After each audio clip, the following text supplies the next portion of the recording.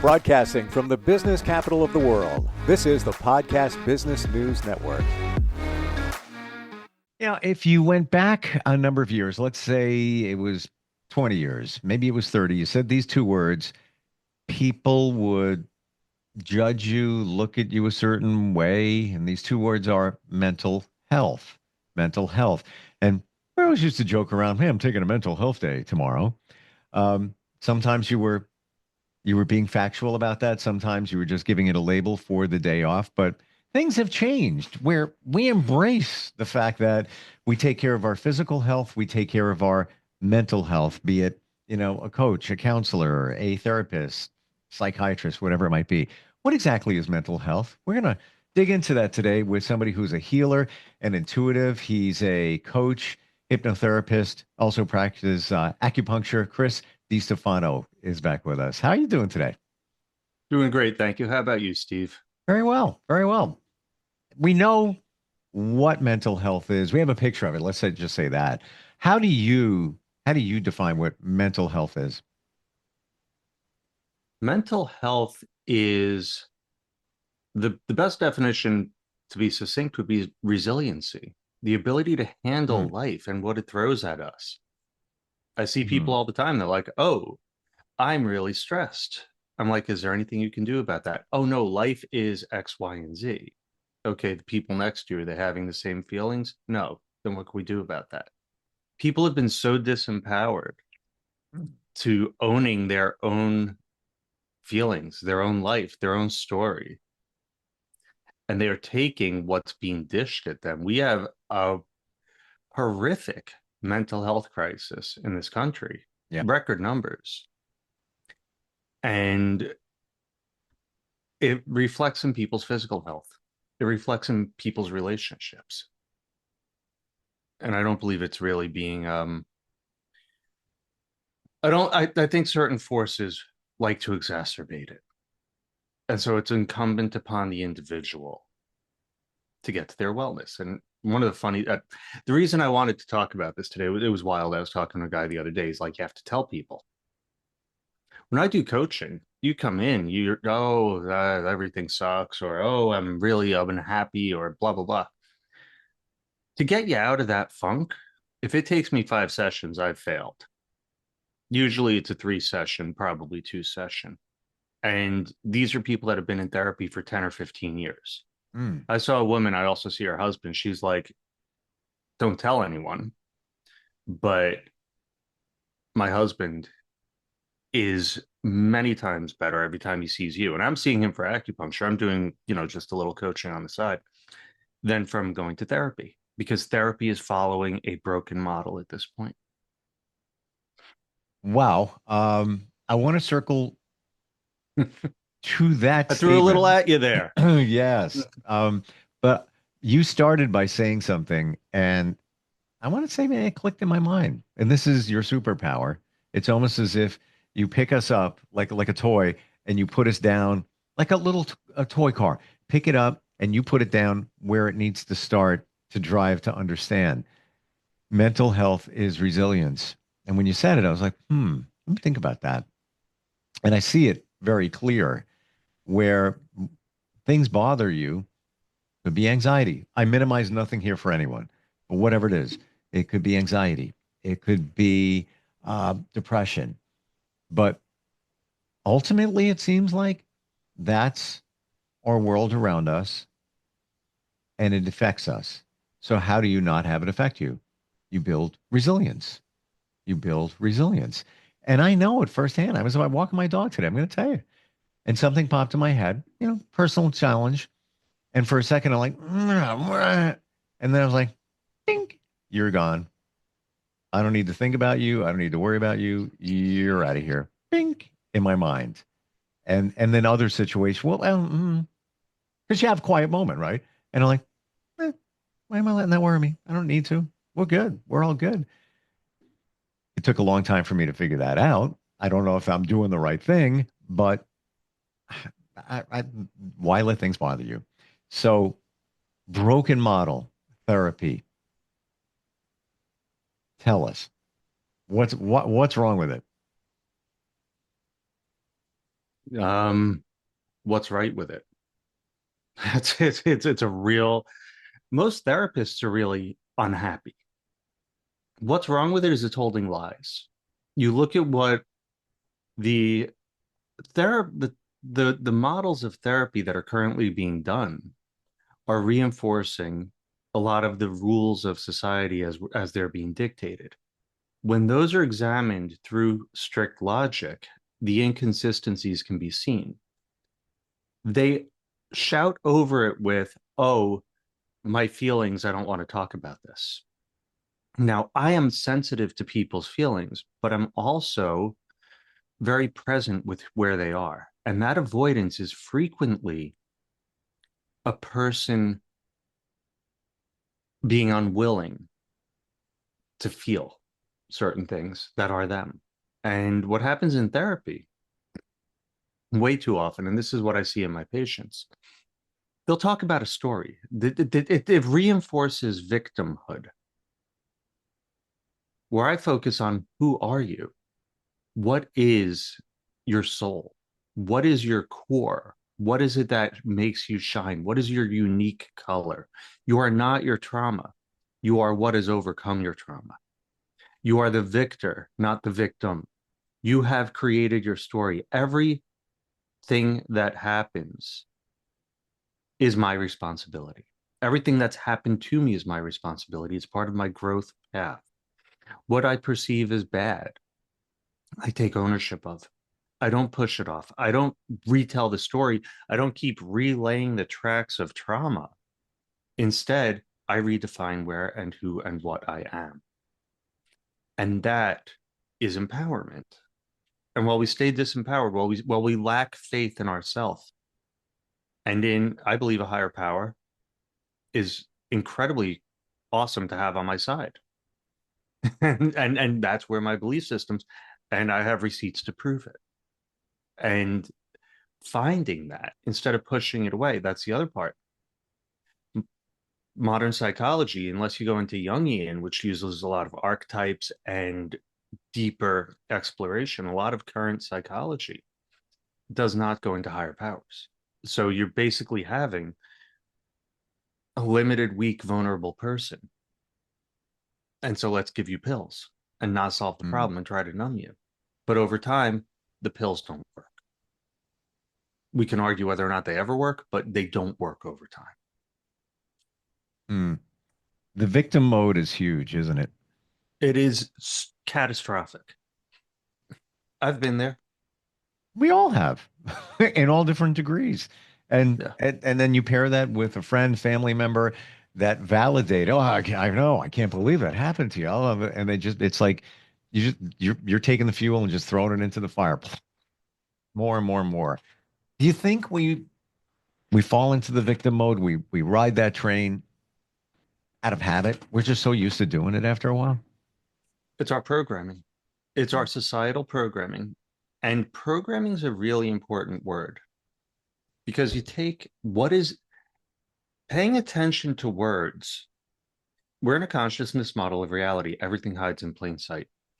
TV shows are called programming. Advertising, the magic of advertising is not that you see or hear an ad. That's why they pay so much for product placement. When they normalize having a Coca-Cola when you're together with friends. Now, when you're together with friends, you think, let's have a Coca-Cola because that's what they show us is what healthy, normal people do. So, what we see on TV establishes who we believe we are. What we see in society establishes, and what do we have everywhere? It's Mm, it's frankly this toxic vulnerability. Oh my God, the best thing. So I don't know if anyone's ever had a coaching session. I hate them because you're sitting there in this session. They're like, "Is it okay if I ask you something? Is it okay if we stop here and I just reflect something back to you?" And my experience is that breaks the flow. Asking the permission. So when I start a session, and when I'm getting coached, frankly, when I'm getting coached, I'm like, seriously, you have to stop this nonsense. I can't live like this. I give you permission. If I have a problem, I'll let you know. When I start a session, I say, the permission is implied. I will ask without asking. And if at any point you're not comfortable with what I'm asking or you don't want to answer it, this is up to you. The session is only for you. You are completely in control, but I will not be asking permission. It is now implicit. And do you agree? Yes. So this way I have the flow through the whole thing, because this entire kid glove creates adult infants. Never looked at it that way. And it almost seems unreasonable. Why are we going to ask that? Somebody signed up for coaching. You're there for a reason. By the way, I just heard this today, and it's in line with what you said in terms of advertising now, social media, everything. What was that ad for Coca-Cola? You see a bunch of people having a great time. Enjoy Coke. Yes. Comparison steals joy. Heard that today. And it was like, whoa. Comparison steals joy. Yeah. Seeking that external validation, not knowing that you're enough unless someone says it. And who's the person you're asking to say it? This clown over here who can't get his stuff together is what's going to validate whether or not you're worth it. That's not healthy. That's toxic. It was amazing. So there's this class I take for coaching. It's really fun. It's mental health. I'm totally done with it, but I keep going because I have a lot of fun. My instructor is a therapist and a coach, and she's an awesome person who just creates a really, really fun space. And she's very open, and she loves interacting with me. And I realize why. We're very, very different, but we both take play. We bring play into it. And she's like, she loves the way I work because it's not the way that's taught. It's not the way she's now doing the same thing that I do. She's like, I'm done with this permission shit. I am going at the beginning as she's trying it out on people in her own way, because if you're there to be open and communicate, and this is really important because this is why I have to work this way. I'm going to make someone uncomfortable, and I'm going to support them through it. And a lot of it is when I see people who have failed at therapy, it's because the therapist never pushed them into themselves. They just keep circling around stories. They just keep talking victim. And I'm like, but what about the person that overcame that? How do you choose to define yourself? What do you want to be tomorrow? And what's stopping you? What's that belief you still have that you're not worthy, or you're not powerful, or you're not anything? Where's that coming from? And how do we get to it? Because once you're empowered, once you accept that your reality is there, once a person sees, and this is way high level, this takes more than 3 sessions for some people, because a lot of what I do, 3 sessions is to get someone off the cliff. But then if you want to get to, being happy, staying in a state of happiness, that may take a little bit longer because we're building great habits. But that is our default state until we layer all the garbage that we've come to believe on top of it. So we clear off that garbage, and then you shine, and everyone can. It almost seems that when somebody has permission, a therapist, a coach, counselor, right away, the implication is about trust, because I'm having a conversation with you. Could be, a friend. Consider you a friend. If I have to say to you, would it be okay if I ask you a question? Right away, you're implying that you might not trust me. I can't trust that you'll be okay with it. And now, like you said, we're doing this dance instead of just digging in and getting it done. I would never have to say to a friend, can I ask you a question? Sometimes, if you're not as close to the person, you might say, can I make a suggestion? But when you're close, I'm not going to say, I'm following my friend Gary. I'm not going to say, yeah, he's got stuff going on. Just talked to him earlier this morning. I would never say, is it okay if I say this? It doesn't even make sense. You have a trust. You've already established trust in that coaching model or that therapy model. Does that make sense? It's life. It's every model. Like, take us, for example. I'm going to give the audience a peek behind the curtain. Steve, are there other people you work with that walk in the way I do when you're like, what do you want to cover today? Um, how do you mean that? I I want, mean, I just throw random stuff. I don't even know exactly, but I'm just like, I feel like this might be fun to dive into. it's And I rare. give like two words. It's rare. Yeah. It's, it's, And I, it's, and when did because we I know you start well today? enough.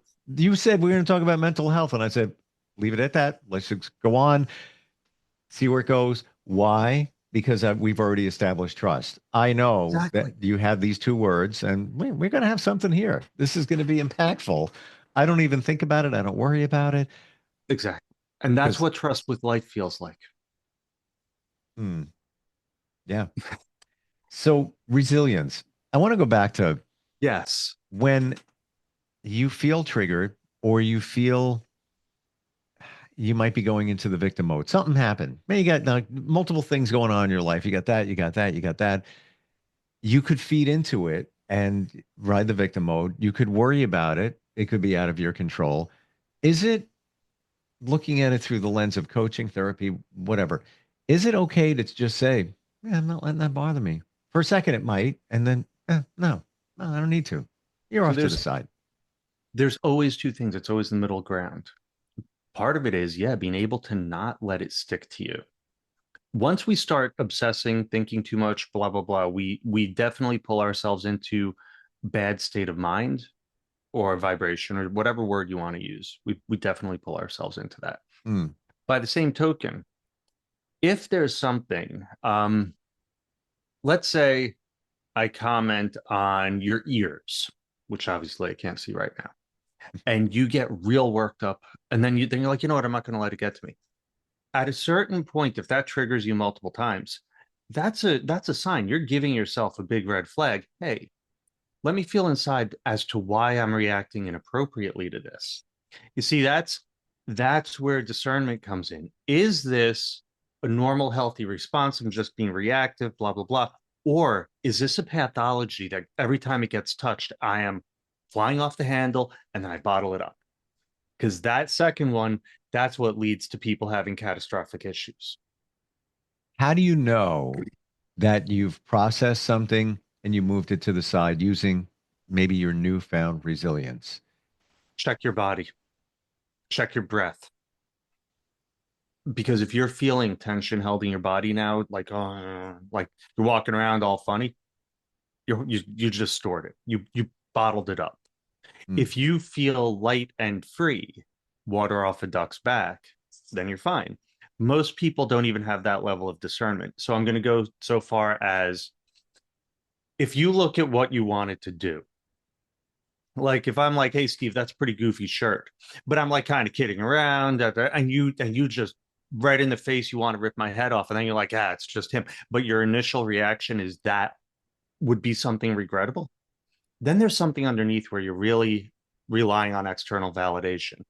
In Hmm. that case, I spoke with a loved one yesterday, and his back, he had to get an MRI. He really, really bad shape, but it ends up he is not opening his mouth or voicing anything with his partner, and they're currently going through some stress. And I'm like, say that I said you have to do it. You cannot put this aside. Your body will destroy you. Hmm. It's what it does because it's screaming, you are not being authentic. We don't have the option. There you go. That's my word. We don't have the option to not be authentic. Once we go into that authenticity, the power comes to us. You operate fake, you operate lies, you operate as a character and not as you. That's ultimately what's going to be underneath this. That's if you're not playing yourself, if you're not honoring yourself, you're destroying yourself. And that's mental health. Hmm. If you don't love yourself, we're back to Yes. that again. Yeah, we've talked about that before, and it's a cliche you hear all the time. You gotta love yourself before you can love others, but it's so true. And if you don't know, you don't know. You don't realize it until you finally hit it. And a song dropped in my head. It's like this is the oldest song in the world, but I gotta be me. I got to be me. That's what I'm hearing in my brain. You Yeah. gotta be who you are because once you go against your grain, You're not being authentic, and that's where things present and pop up. And the resilience thing, another word dropped in my mind. And some people say this flippantly, but I mean it. When things bother me, or I have a moment like, ah, wait a minute, what about that? I just in my mind, if I'm done with it, I just say, whatever. Just Yeah. whatever. Why, why am I worried about it? Whatever? Off to the side. But there are some things that you may be holding on to. So I appreciate the suggestion to listen to your body. And what people don't understand, because we can't, a caterpillar doesn't know a butterfly. What people don't understand is this process of getting to know and love yourself is the most rewarding thing you'll ever do in your life for yourself and those around you. The way you will feel is indescribable if your only reference is how you feel now, if you're like most people. That's a fact. And you know that too, Steve. It's You've powerful. seen it in people. You've lived it. You Yeah. know life becomes completely different. It becomes it's not like you're pushing. It's not like work. It's like you're dancing. It's Yeah. joy. You're just doing your thing, but it just feels good, you know, until those little things present themselves where, let's say, you're the people pleaser. Hey, can you help me out with this? Yeah, help me move tomorrow. Yeah, yeah, sure, I'll help you. That's really not what I want to do tomorrow. And I said And yes. that's how we learn. And you'll keep getting that opportunity until you demonstrate to yourself that you've broken the pattern. Mm. And then you will feel a lightness. You'll you'll feel a love, a completeness, an honoring of yourself. That's a moment of growth. And so those opportunities are beautiful. Honor, cherish, and love them and engage from the heart. Again, you don't know this unless you know it. Like we can't even describe it, but I can in my mind see the before and the after of what we're talking about very clearly. Very clearly what I felt 4 or 5 years ago, what I feel now. It's a clarity, comfort, peace, calmness. Yeah. Money can't There's buy a that, actually. lightness. You know? There's a lightness to it. Yeah. It's everything that old Chris always wanted is now who I am. Hmm. And it's not to say that things do present and there can be, call them triggers, there can be challenges. And I want your feedback and opinion on this. Once you get into this mode of authenticity where you should be, do you find when those things present, they go away way faster than before, or you mitigate them way before? In the past, perseveration, all that stuff would happen. Now, I bring myself, what's the lesson I'm learning? Why did I put this into my life? I take ownership. I see them not because old me, it's like, oh my God, this is crushing. There's too many things. New me says, okay, I'm fully supported. Why would I put this in my life? I have to make a tough decision. I have to step in with faith. And so I can't even describe the difference in how it's processed because frequently it's not seen. It used to be seen as the world is against me. Mm. Now it's seen as I have a learning experience and this is growth. This is Yep. love. Yep. So it's not even I can't compare them. And you're driving. Yes. You're in the seat and you're holding the steering wheel as opposed to others grabbing a wheel and like you know, and because we let them. Now it's like, Yeah. but I don't mean that in a uh an egotistical way, like I got to be in control, I got to drive. No, you have choices. You don't have to do that. You don't have to do this. You're in control of it. It's a wonderful feeling. And the control is it's not it's not a control like a force. It's a control of A flow. an intent. Yeah, it's love. It's just flow. Yeah. It's presence. It's so beautiful. Again, you don't know it until you know it. And if you need to know it, reach out to Chris. I'm telling you. Interestingly, the mental health crisis is serving as an awakening because the people that can listen are realizing the life that they're living is not authentic to them. And their mind and body is trying to push them harder and harder to change.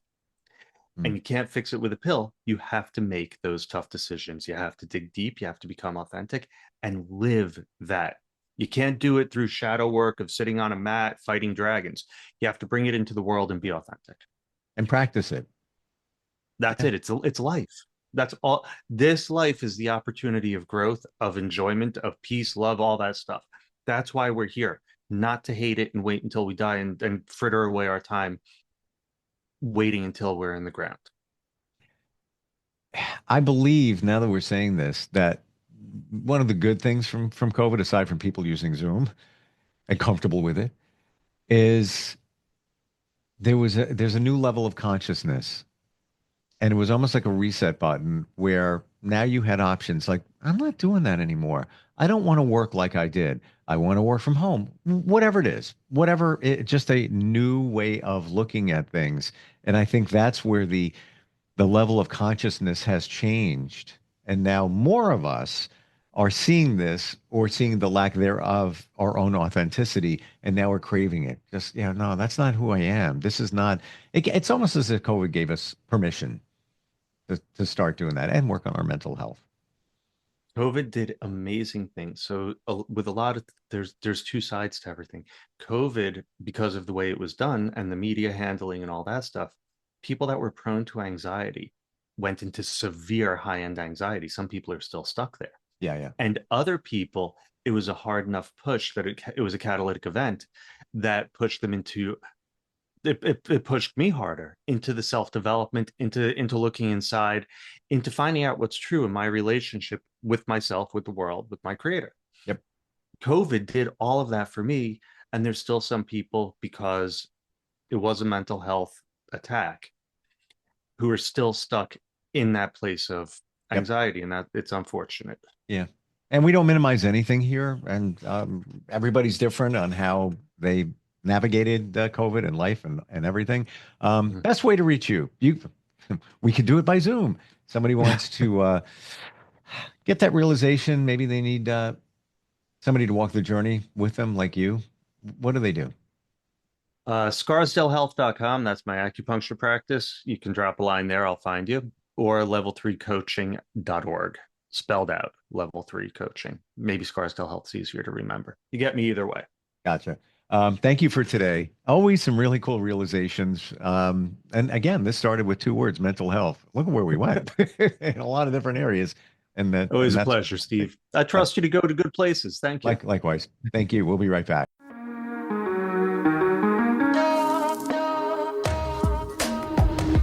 Broadcasting from the business capital of the world, this is the Podcast Business News Network.